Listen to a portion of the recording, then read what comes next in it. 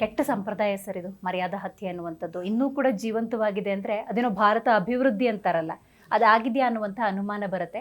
ನನಗೆ ತಿಳಿಸಿ ಸರ್, ಯಾವ ಕಾರಣಕ್ಕೆ ಈ ಮರ್ಯಾದಾ ಹತ್ಯೆ? ಫಸ್ಟ್ ಆಫ್ ಆಲ್ ಮರ್ಯಾದೆ ಹತ್ಯೆ ಅಲ್ಲ ಇದು. ಆ ಹೆಸರೇ ಸರಿ ಇಲ್ಲ. ಇದು ಹಾರರ್ ಹತ್ಯೆ, ನಾಟ್ ಹಾನರ್ ಹತ್ಯೆ. ಇದು ಕ್ರೂರ ಕೊಲೆ, ಸೈಕಿಕ್ ಕೊಲೆ. ನೋಡಿ, ನಾರ್ತು ಸೌತು. ನಾರ್ತ್ ಇಂಡಿಯಾದಲ್ಲಿ ನೋಡಿದರೆ ಜಾಸ್ತಿ ಪಂಜಾಬು, ಹರಿಯಾಣ, ಮಧ್ಯಪ್ರದೇಶ, ಉತ್ತರ ಪ್ರದೇಶ. ಅಲ್ಲಿ ರಜಪೂತ್ಸು, ಕ್ಷತ್ರಿಯರು, ಕಾಶ್ಯಾತ, ಜಾಟ್ಸು, ಅವರ ಹೆಣ್ಣು ಮಕ್ಕಳು ದಲಿತ ಹುಡುಗನ್ನ ಲವ್ ಮಾಡಿಬಿಟ್ರೆ ಕೊಂದುಬಿಡ್ತಾರೆ. ಕೊಲ್ಲೋರು ಯಾರು ಅಂದರೆ ಪಂಚಾಯತ್, ಅಲ್ಲಿ ಜಾತಿ ಪಂಚಾಯತ್ ಇದೆ. ಸೌತಲ್ಲಿ ನೋಡಿದರೆ ಸೇಫ್ ಸ್ಟೇಟು ಕೇರಳ. 100% ಲಿಟ್ರಸಿ ಇದೆ, ಪ್ರೋಗ್ರೆಸಿವ್ ಥಿಂಕಿಂಗ್ ಇದೆ. ಅಲ್ಲಿ ರಾಜಕೀಯನ ಒಂದು ಲೆಫ್ಟು ಎಡಪಂಥಿ ರಾಜಕೀಯ ಇದೆ ಅಂತ ನಾನು ಹೇಳ್ತೀನಿ. ಅದರಿಂದನೇ ಕಡಿಮೆ ಇದೆ, ಅಲ್ಲಿ ಇಲ್ಲ. ಪ್ರಶ್ನೆ ಮಾಡೋರು ಇದ್ದಾರೆ ಅಂತ ಆಯ್ತು ಅಂತ ಪ್ರಶ್ನೆ ಇಲ್ಲ, ಚಿಂತನೆ. ಲವ್ ಮಾಡ್ತಲ್ಲ, ಮದುವೆ ಮಾಡ್ಕೊಳ್ಳಿ ಬಿಡಿ ಅಂದು ಬಿಡ್ತಾರೆ.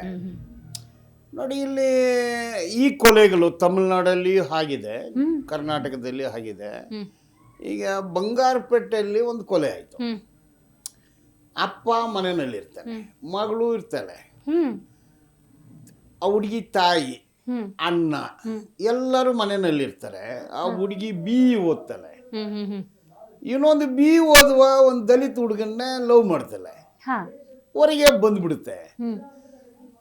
ನೈಟ್ ಮಲ್ಕೊಂಡಿದ್ರೆ ರಾತ್ರಿ 12:30 1 ಗಂಟೆ ಡೀಪ್ ಸ್ಲೀಪಲ್ಲಿ ಇರ್ತಾಳೆ. ಏನು ಅವಳಿಗೆ ಹುಡುಗಿಗೆ ಒಂದು 18 ವಯಸ್ಸು 19 ವಯಸ್ಸು.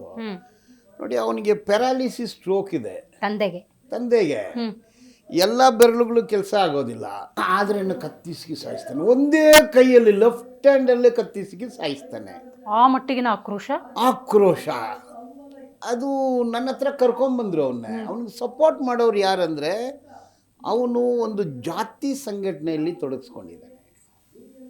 ಆ ತಾಲೂಕು ಜಾತಿ ಸಂಘಟನೆ ಪ್ರೆಸಿಡೆಂಟ್ಗಳು ಬರ್ತಾರೆ, ಡಿಸ್ಟ್ರಿಕ್ಟ್ ಲೆವೆಲ್ ಪ್ರೆಸಿಡೆಂಟು ಸೆಕ್ರೆಟರಿ ಬರ್ತಾರೆ, ಸ್ಟೇಟ್ ಲೆವೆಲ್ ಆ ಸಂಘಟನೆಯವರು ಬರ್ತಾರೆ. ಇವರೆಲ್ಲ ಒಂದು ರಾಜಕೀಯ ಪಕ್ಷದಲ್ಲಿ ಸೇರಿರೋರು. ನೋಡಿ, ಅದು ಏನಾಗಿದೆ, ಈ ಪೊಲೀಸ್ ವ್ಯವಸ್ಥೆ ಕಾನೂನು ಏನೂ ಮಾಡೋಕ್ಕಾಗಲಿಲ್ಲ. ಒಂದು ಚಾರ್ಜ್ ಶೀಟ್ ಹಾಕಿದ್ರು ಪೊಲೀಸರು. ಇದಕ್ಕೆ ಸಾಕ್ಷಿ ಯಾರು? ಹುಡುಗಿ ತಾಯಿ. ಆಯಮ್ಮ ಇಲ್ಲ ಅಂತ ಹೇಳ್ಬಿಟ್ರು. ಗಂಡನೇ ಆವತ್ತಿನ ದಿನ ಮನೆಯಲ್ಲಿಲ್ಲ, ಯಾರೋ ಮಾಡಿದ್ದಾರೆ. ಹುಡುಗ ಬಂದ, ಹುಡುಗಿ ಅಣ್ಣ ಇಲ್ಲ, ತಂದೆ ಆವತ್ತು ಊರಲ್ಲೇ ಇರಲಿಲ್ಲ. ನೋಡಿ, ಈಗ ಸೈನ್ಸು ಡೆವಲಪ್ ಅಂತ ಹೇಳಿದ್ರಿ. ಕತ್ತಲ್ಲಿ ಇಸ್ಕಿದಾನಂದ್ರೆ ಕತ್ತಲ್ಲಿ ಅವನ ಕೈ ಫಿಂಗರ್ ಪ್ರಿಂಟ್ ಇರಬೇಕು. ಪೊಲೀಸರು ಅದನ್ನು ತೆಗೆದೇ ಇಲ್ಲ. ಆ ಜಾಗದಲ್ಲಿ ಏನು finger print, DNA finger print ಏನೂ ಮಾಡಿಲ್ಲ ಪೊಲೀಸರು. ಒಂದು ಕೇಸನ್ನು ತಡೆಯಾಗಿ ರಿಜಿಸ್ಟರ್ ಮಾಡ್ತಾರೆ. ಮೊದಲು ಆತ್ಮಹತ್ಯೆ ಎಂದು ಕೇಸ್ ರಿಜಿಸ್ಟರ್ ಮಾಡಿದ್ರು. 4 ದಿವಸ ಆದಮೇಲೆ ಕೊಲೆ ಎಂದು ಊರ ಜನ ಎಲ್ಲ ಸ್ವಲ್ಪ ದಲಿತ ಹುಡುಗರೆಲ್ಲ ಹೋರಾಟ ಮಾಡ್ತಾರೆ ಎಂದು 302 ಮಾಡ್ತಾರೆ. ಒಂದೇ ವರ್ಷದಲ್ಲಿ ಹೊರಗೆ ಬಂದ್ಬಿಟ್ಟ. ಈ ಕೊಲೆ ಮಾಡೋರು ಮನೆಯಲ್ಲಿ ಮಾಡಿದರೆ ಯಾರು ಶಿಕ್ಷೆ ಆಗೋದಿಲ್ಲ. Very easy to escape.